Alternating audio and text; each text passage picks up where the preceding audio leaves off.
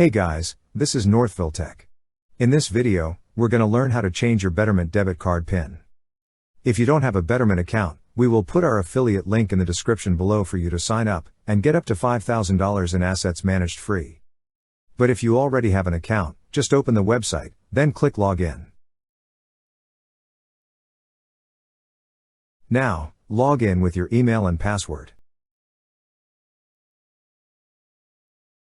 Once you're logged in, you will see several options on the left side menu. Click on Checking. On this page, scroll down a little. At the right side, you will see a section for Manage Account. Under Manage Account is an option for Change Debit Card PIN. Click Change Debit Card PIN.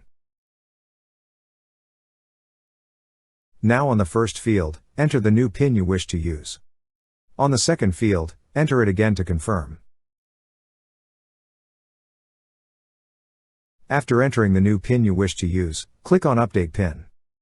That's how you change your Betterment debit card PIN. Thank you so much guys for watching, and if you have not yet subscribed to our YouTube channel, please subscribe to our YouTube channel as we create tech videos related to financial apps almost every day.